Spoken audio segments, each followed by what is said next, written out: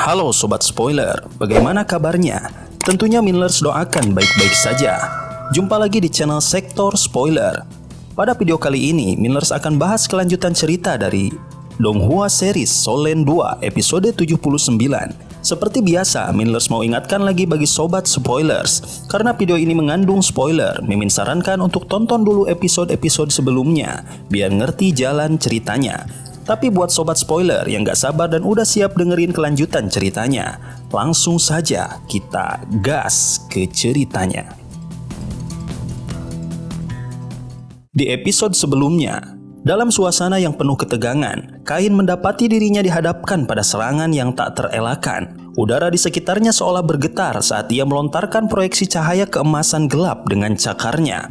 Sayapnya terbentang lebar, memancarkan aura perlindungan terakhirnya. Namun, tiba-tiba sebuah tangan dingin menyentuh punggungnya, menghentikan usahanya untuk menggunakan pertahanan terkuatnya. Segalanya bergerak begitu cepat. Di saat timnya mengharapkan Kain menghancurkan Eye of Fear sebagai kunci kemenangan, posisi Kain dan Susansi berubah mendadak. Qin Yuyu yang telah siap dengan serangan pedangnya kini mengarahkan serangannya ke Kain yang tanpa sadar telah bertukar posisi dengan Susansi. Tangan dingin itu membawa kekuatan mematikan dari gletser tanpa salju, sebuah kekuatan yang cukup mengancam bahkan seorang sage jiwa. Dalam sepersekian detik, semua rencana berubah. Pemindahan dunia bawah misterius dari Susansi, secepat teleportasi menciptakan kekacauan. Bahkan Zheng Zan, yang memiliki reaksi luar biasa, hanya bisa menyaksikan tanpa mampu bertindak. Namun, tim Sekte Tang tahu bahwa mereka telah mengendalikan situasi. Serangan Huo Yuhao yang tajam membuat Sue Bing, musuh yang sudah lemah, terhempas keluar dari tubuh jiwa martialnya. Jiang Nanan yang penuh percaya diri melanjutkan serangan dengan tendangan yang mengunci lawannya. Di sisi lain, Kain berada dalam tekanan luar biasa. Serangan Qin Yuyu dan kekuatan Putri Salju mengincar nyawanya. Saat pukulan dan serangan pedang mengenai tubuhnya, Kain retak bukan sebagai tanda kehancuran, melainkan berubah menjadi 3 kelelawar emas gelap yang terbang ke berbagai arah. Kelelawar-kelelawar ini menjadi misteri baru. Salah satunya melesat ke arah Huo Yuhao, sementara yang lain menuju Sue Bing. Di episode berikutnya, saat pertarungan memanas, Huo Yuhao dan Wang Dong'er melancarkan serangan pamungkas. Dalam momen hening, tubuh mereka bersatu menciptakan aura yang memancar dari kombinasi kekuatan jiwa. Sayap biru keemasan Wang Dong'er dan sepasang sayap hijau mengubah arena menjadi dunia dingin yang memukau. Dari cahaya 3 warna muncul sosok wanita luar biasa dengan rambut biru panjang dan mata emas, memancarkan aura kehidupan dan kekuatan yang menyatu, siap meluncurkan serangan akhir yang akan menentukan nasib pertempuran ini. Wang Dong'er melompat anggun dengan sayap kupu-kupu 3 warna yang membentang lebar. Dengan setiap langkah, ia menari di udara, dikelilingi kabut es tebal yang menari di sekelilingnya. Cahaya matahari menyinari sosoknya, menciptakan kesan seolah ia dilahirkan dari cahaya surgawi. Penampilannya mempesona, terbungkus dalam raiment of light yang berkilau, menarik perhatian seluruh penonton dengan tarian soliternya yang memikat. Saat Dewi Cahaya melangkah maju, 2 kelelawar emas gelap yang tersisa berkumpul, membentuk satu kelelawar besar dengan 3 kepala. Kain dan Sue Bing yang sedang berjuang untuk meningkatkan kekuatan mereka di tengah situasi sulit, menyadari bahwa jiwa bela diri Kain adalah batak berkepala 3 Dark Golden, sebuah jiwa yang langka dan kuat. Dengan aura dingin yang menyelimuti, Wang Dong'er dan Huo Yuhao meluncurkan badai salju yang mengubah arena menjadi lautan es, menambah ketegangan dalam pertarungan. Zheng Zan sebagai wasit merasa tertekan untuk menghentikan pertarungan, namun terjebak dalam situasi yang membingungkan. Di dalam badai salju, Kain dan Sue Bing merasakan dingin ekstrim yang hampir membekukan darah mereka. Sue Bing yang sudah lemah berjuang melawan kepingan salju tajam, sementara Kain merasa tertekan untuk melindunginya dari ancaman yang tidak terlihat.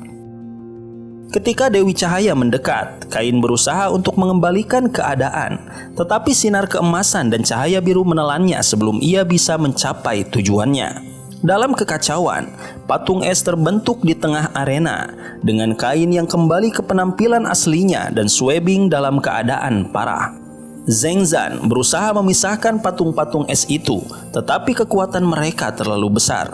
Dengan keyakinan bahwa keduanya tidak dalam bahaya, Huo Yuhao dan timnya merayakan kemenangan mereka, memastikan Sekte Tang berhasil melaju ke babak selanjutnya.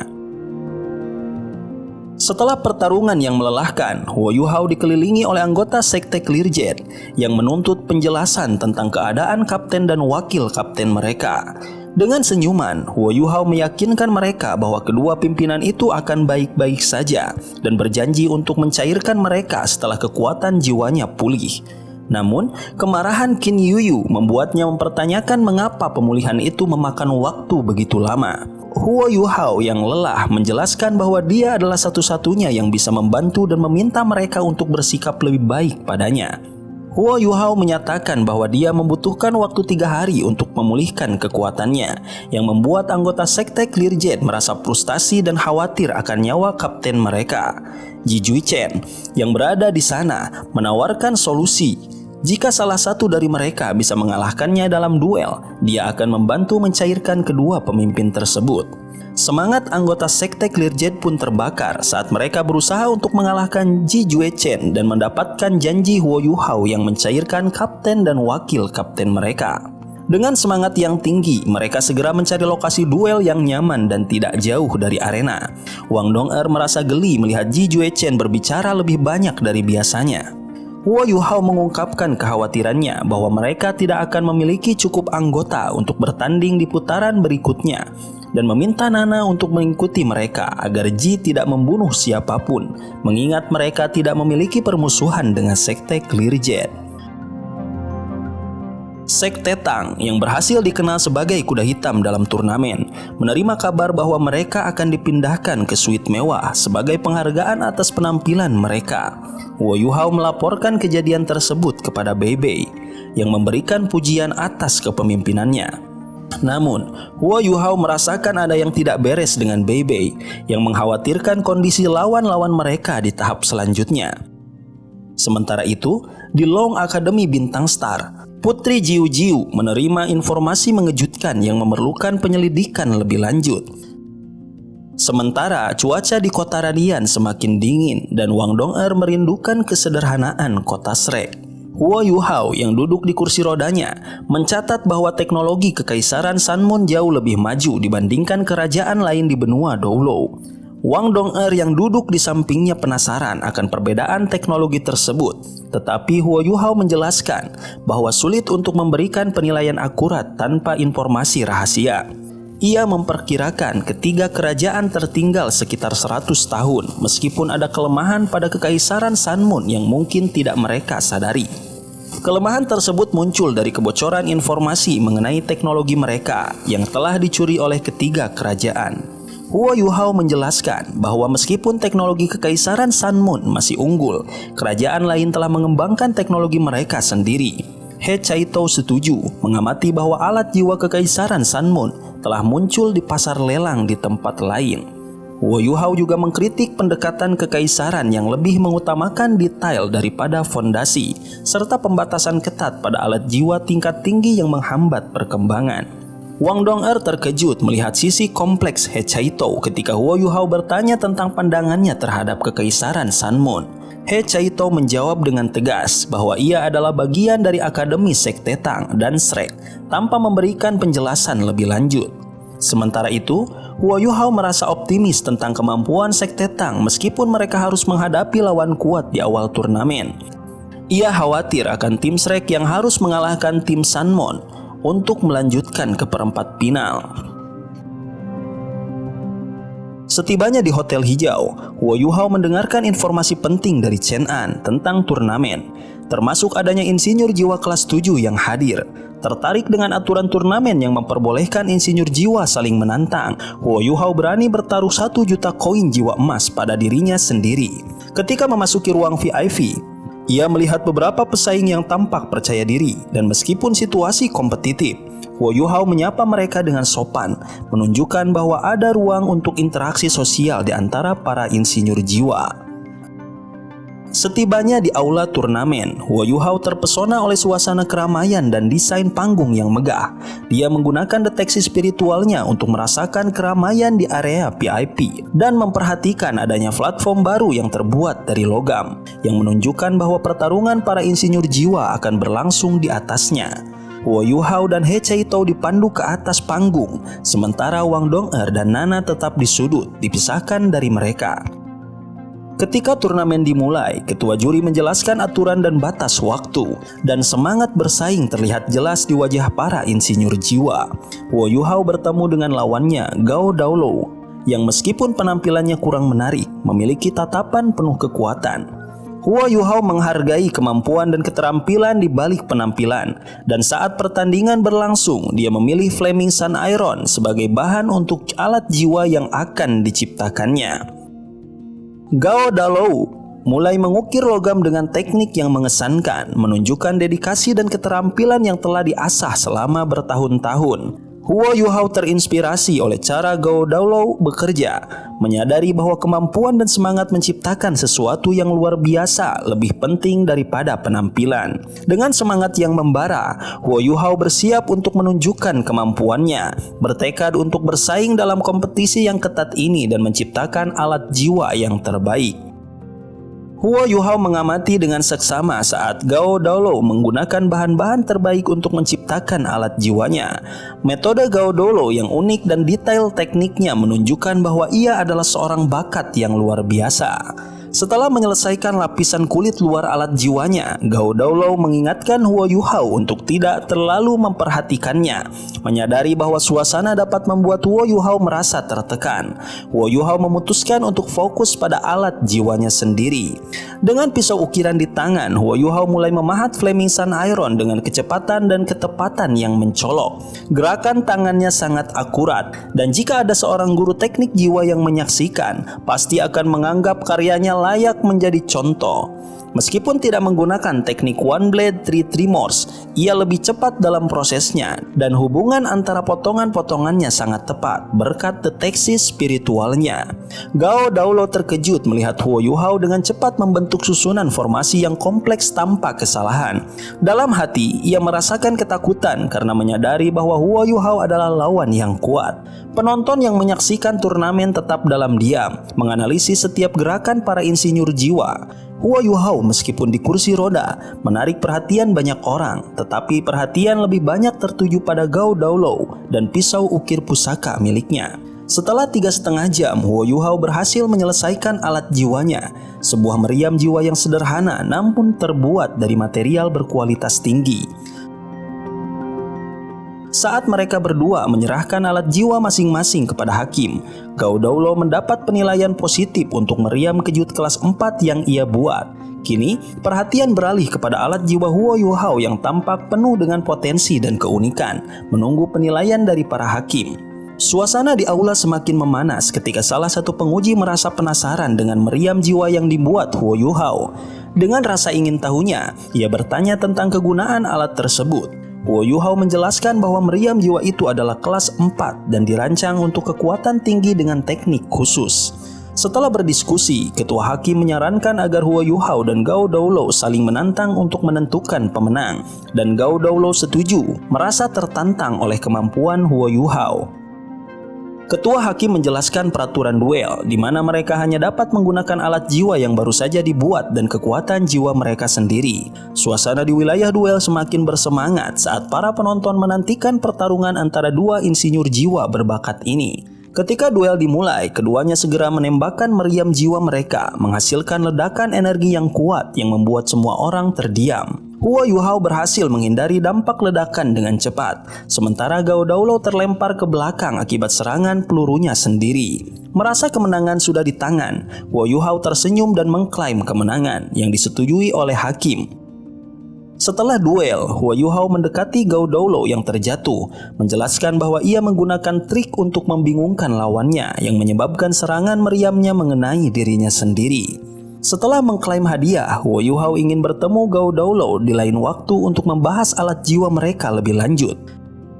Kembali di Aula Emas, Ketua Hakim terkesan dengan kemampuan Huo Yuhao dan bertanya tentang latar belakangnya kepada Chen An yang merasa perlu untuk menjaga kerahasiaan Huo Yuhao. Huo Yuhao bersama Gao Daolo dan Wang Dong'er pergi ke bar kecil yang ramai, di mana ia berharap dapat berbicara lebih dalam tentang teknik dan bakat Gao Daolo yang menunjukkan potensi luar biasa meskipun tanpa pendidikan formal.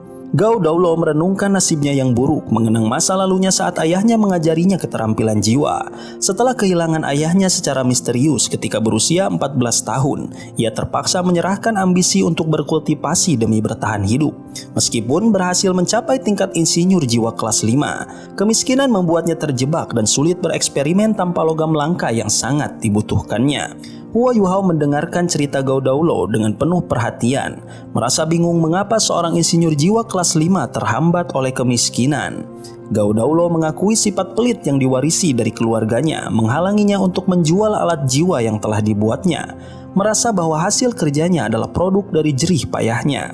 Meskipun Huo Yuhao merasa simpati, ia menyadari bahwa kesulitan Gao Daolo sebagian besar disebabkan oleh sikapnya sendiri. Saat ditanya tentang rencana ke depan, Gao Daolo mengungkapkan keinginannya untuk mencari sekte dan logam langka untuk berlatih lagi, berharap mendapatkan bantuan dari Huo Yuhao. Meskipun tergerak untuk membantu, Huo Yuhao merasa perlu segera pergi.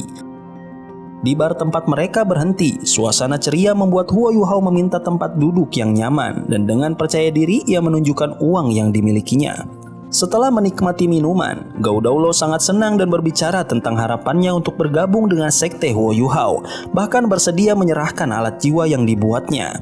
Namun, Huo Yuhao mulai menyadari bahwa perhatian Gao Daolo lebih pada minuman keras daripada alat jiwa.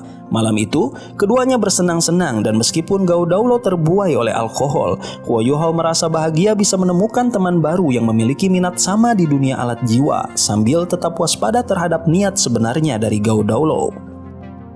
Su Tianran merencanakan partisipasi sekte Roh Kudus dalam turnamen. Meskipun sekte ini dikenal sebagai penguasa jiwa jahat, dengan tujuan untuk menghilangkan semua hambatan bagi tim Sun Moon, Su menjelaskan rencananya kepada Xiao Hongchen dan Meng Hongchen, menekankan pentingnya mengalahkan sekte Tang dan Shrek Academy. Keduanya menyadari bahwa kegagalan di pertandingan ini tidak bisa diterima, karena mereka mewakili Akademi Teknik Kekaisaran Sun Moon dan kakek mereka. Xiao Hongchen merasa cemas saat menunggu pertandingan. Meskipun ia tahu tim Shrek tidak terdiri dari yang terbaik, ia khawatir jika penampilan tim Shrek yang tidak terlalu mengesankan bisa menjadi ancaman.